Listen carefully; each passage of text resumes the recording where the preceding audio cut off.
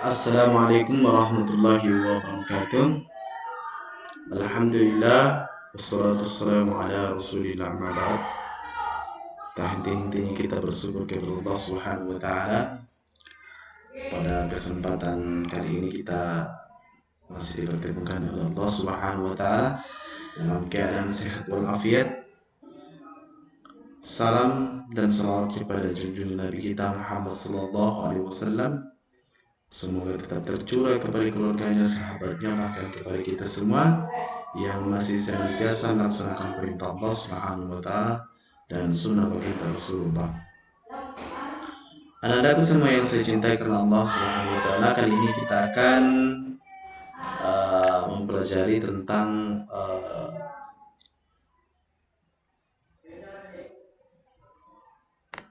kerjasama dalam berbagai kehidupan. Namun minggu lalu kita sudah membahas tentang apa itu kerjasama. Nah, hari ini kita akan membahas tentang pentingnya dalam pentingnya kerjasama. Ya, Anda semua yang saya cintai karena Allah Taala, silakan Anda perhatikan di layar terkait dengan pentingnya kerjasama. Nah, yang pertama, pentingnya kerjasama yaitu perlu kita ketahui bahwa kemerdekaan Indonesia tercipta dari kerjasama seluruh bangsa dalam aspek kehidupan. Ya, jadi kemerdekaan ini tidak bisa diraih tanpa adanya kerjasama oleh para pejuang kita untuk bagaimana melakukan perlawanan terhadap kolonial waktu itu, sehingga dengan perjuangan yang gigih disertai dengan doa kepada Allah Subhanahu wa taala, maka kemerdekaan dapat diraih dan dapat diikrarkan pada tanggal 17 Agustus 1945. Nah, ini adalah beberapa pentingnya kerjasama.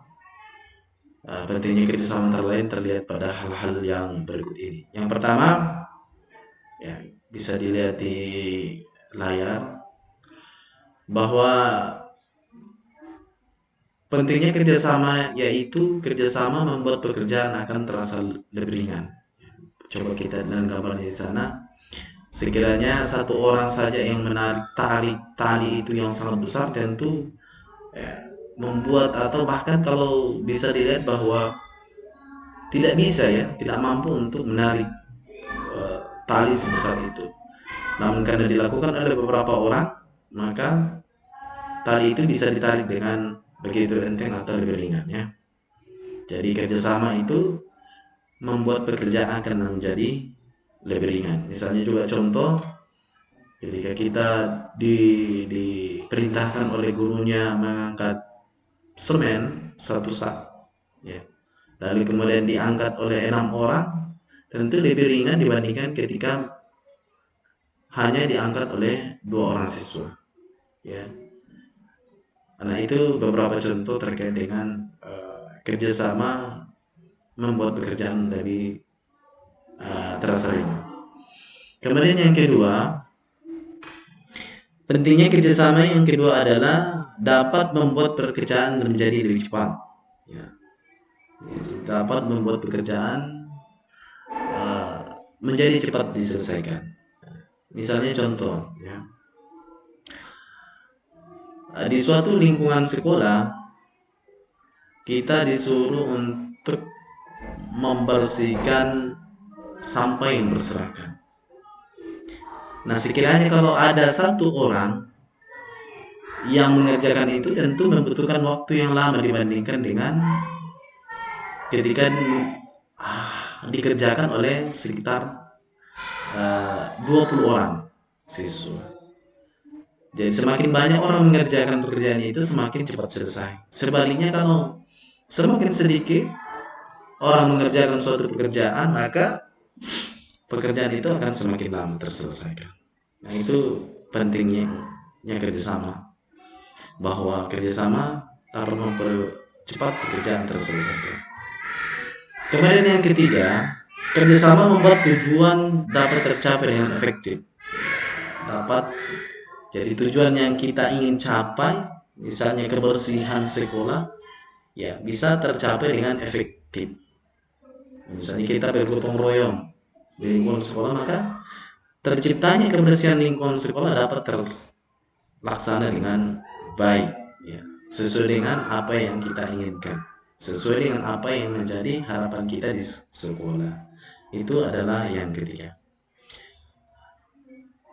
Pentingnya kerjasama yang keempat, bisa dilihat di tampilan di sana ada gambar orang yang bergotong royong membuat jembatan, ya, bahwa kerjasama dapat menyadarkan masyarakat untuk mendahulukan kepentingan umum. Ya, jadi membuat atau melatih kita, membangkitkan kesadaran kita, memunculkan kesadaran kita untuk mendahulukan kepentingan umum dibandingkan kepentingan pribadi. Seperti ditonton di gambar itu, sesibuk-sibuknya apapun kita, misalnya pekerjaan pribadi, karena ada gotong royong membuat jembatan, maka kita harus mendahulukan kepentingan itu, ya, atau pekerjaan itu, dalam hal ini gotong royong membuat jembatan, ya. Kemudian selanjutnya, pentingnya kerjasama yang kelima itu dapat memupuk tanggung jawab sosial, dapat, ya, memupuk tanggung jawab sosial. Nah, seperti contohnya ada kegiatan-kegiatan sosial yang kita misalnya memberikan bantuan kepada orang yang membutuhkan, maka misalnya ada saudara kita yang terkena bencana, maka kita bahu membahu, ya, bagaimana kita memberikan bantuan berupa materi kah, atau berupa bantuan berupa uang dan seterusnya. Sehingga ketika ini dilaksanakan, maka ini akan bisa tertanam pada diri setiap orang atau setiap siswa bagaimana tanggung jawab sosial ini harus dilaksanakan, ya, sehingga kedepannya ini menjadi kebiasaan-kebiasaan. Nah, ketika ada panggilan sosial seperti itu, maka secara spontanitas, karena ini menjadi kebiasaan yang baik, maka rasa empati dan simpati itu akan muncul pada diri seseorang, sehingga membuat mereka untuk bagaimana membahu bergotong royong untuk membantu saudara kita yang misalnya terkena musibah, ya. Kemudian pentingnya kerjasama yang keenam adalah dapat meningkatkan rasa setia kawan. Saya kira ini sangat jelas, ya. Ketika kita sering mengerjakan kerjasama, maka ini dapat meningkatkan rasa setia kawan kepada sesama teman, ya. Kemudian yang ketujuh, kerjasama dapat memupuk rasa kebersamaan. Ya, tentu ini sangat jelas, ya. Ketika kita sering bersama dengan orang, maka kebersamaan kita itu semakin kuat. Kebersamaan kita itu semakin kuat. Yang kedelapan adalah kerjasama dapat mempererat tali persaudaraan. Semakin kita sering bersama orang untuk mengerjakan suatu pekerjaan, maka hubungan emosional kita itu semakin akrab, semakin dekat dengan orang yang selalu membersamai kita dalam mengerjakan suatu pekerjaan, ya. Selanjutnya yang kesembilan adalah kerjasama dapat menciptakan kerukunan. Kerukunan ini bisa tercipta salah satunya adalah kerjasama. Semakin kita kerjasama dengan orang, semakin meningkatkan hubungan emosional yang baik, sehingga intinya nanti atau ujung-ujungnya nanti akan menciptakan kerukunan, kebahagiaan, ketentraman antara orang-orang yang senang atau orang-orang yang senantiasa kita ajak untuk bekerjasama. Akan tercipta kerukunan, ya, karena itu tadi saya jelaskan bahwa ketika kita sering bekerja sama dengan orang tertentu, maka hubungan emosional kita, hubungan perasaan kita, atau hubungan hati kita akan semakin baik kepada orang tersebut, ya. Sehingga semakin baik, semakin bagus hubungan sosial kita, hubungan persaudaraan kita, maka yakin dan percaya bahwa akan tercipta suatu kondisi namanya kerukunan, ya. Nah, yang ke-10 adalah kerjasama dapat menumbuhkan rasa persatuan dan kesatuan. Ini yang diharapkan sebagai bangsa Indonesia, bahwa dengan kerjasama ini, dengan gotong royong ini, saling membantu, maka akan tercipta rasa persatuan dan kesatuan. Apapun latar belakang kita, apapun latar belakang sosial kita, pekerjaan kita, apapun latar belakang status kita, ketika kita kerjasama dengan orang lain, maka ini akan memperkuat atau menumbuhkan rasa persatuan dan kesatuan. Nah, ini adalah tujuan yang paling utama dari kerjasama, sebagaimana dijelaskan dalam atau terkandung dalam nilai-nilai Pancasila sila ketiga, yaitu persatuan Indonesia. Ya, sebagaimana sudah dijelaskan dalam Sumpah Pemuda, apapun bahasa kita, apapun daerah kita, ya, apapun suku bangsa kita, tentu kita harus satu, yaitu menjadi bangsa Indonesia, bertanah air Indonesia, dan tentu menggunakan bahasa persatuan yaitu bahasa Indonesia. Sehingga apa? Ujung-ujungnya nantinya adalah harapan kita semua adalah ya menumbuhkan rasa persatuan dan kesatuan. Ya.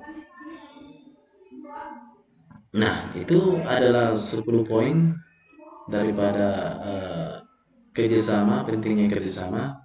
Nah, selanjutnya kita lihat bentuk-bentuk kerjasama dalam berbagai bidang kehidupan di masyarakat.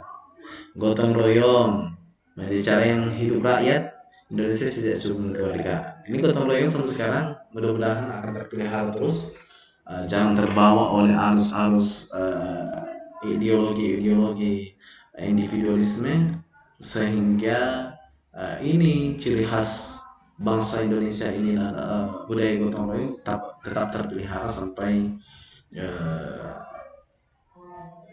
akhir hayat nantinya, ya, sampai dunia ini kiamat. Budaya gotong royong ini yang menjadi ciri khas bangsa ini tetap terpelihara selama-lamanya.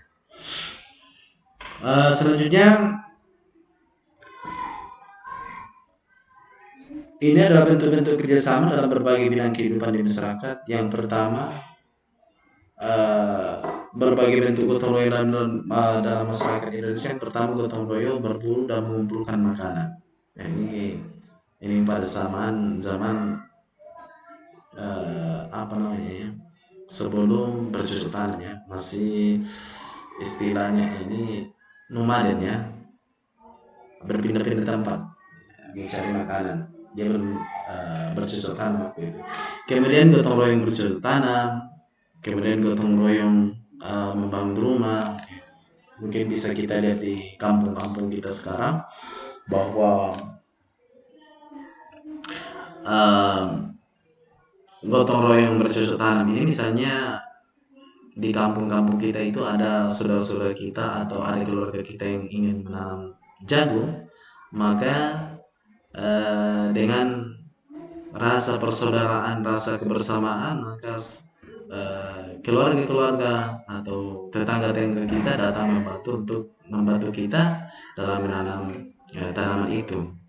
Misalnya gotong royong juga membangun rumah, ada saudara kita, keluarga kita yang membangun rumah. Budaya ini masih kental di negara kita. Masyarakat berbondong-bondong datang untuk memberikan bantuan kepada keluarga kita yang ingin membantu rumah, membangun rumah. Nah, ini sangat penting untuk kita pelihara, untuk bagaimana gotong royong ini tetap terpelihara di kampung kita, di negara kita, sehingga dengan gotong royong ini, semangat gotong royong ini akan menciptakan persatuan dan kesatuan. Tentu juga memberikan kemudahan kepada kita semua untuk menyelesaikan suatu pekerjaan atau suatu persoalan. Nah, selanjutnya bentuk-bentuk kerjasama dalam berbagai bidang kehidupan di masyarakat. Misalnya, satu, kerjasama dalam kehidupan sosial politik, kerjasama dalam kehidupan ekonomi, kerjasama dalam bidang kehidupan pertahanan dan keamanan negara, dan kerjasama antara umat beragama. Nah, nanti ini adalah menjadi fokus kita, bagaimana kerjasama ini dapat kita laksanakan dalam berbagai kehidupan, baik di lingkungan sekolah, masyarakat, ataupun lingkungan berbangsa dan bernegara. Sehingga apa? Akan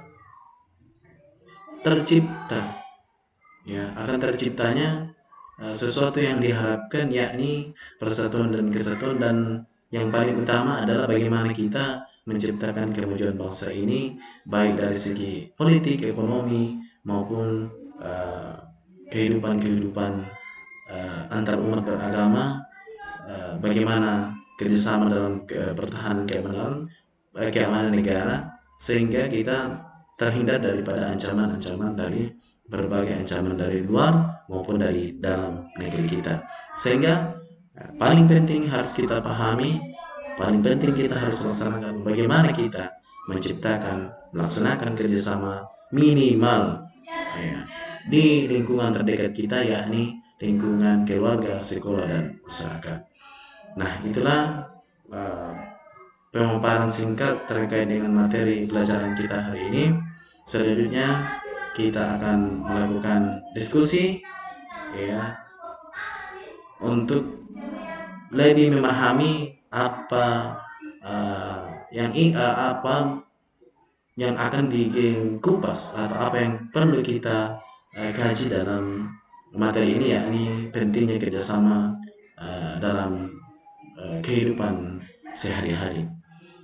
Saya berharap bahwa tidak hanya kita memahami secara teori, kita memahami secara tulisan, tetapi yang paling terpenting adalah bagaimana kita melaksanakan kerjasama ini dalam kehidupan sehari-hari. Bagaimana kita membiasakan budaya kerjasama, gotong royong dalam kehidupan sehari-hari, sehingga persoalan-persoalan busa atau pekerjaan-pekerjaan mudah cepat terselesaikan sesuai dengan apa yang kita harapkan. Nah, selanjutnya inilah pemaparan singkat yang saya bawakan atau saya sampaikan. Selanjutnya kita akan melakukan diskusi untuk memperdalam materi ini. Sekian, wabillahi taufiq wal hidayah. Assalamualaikum warahmatullahi wabarakatuh.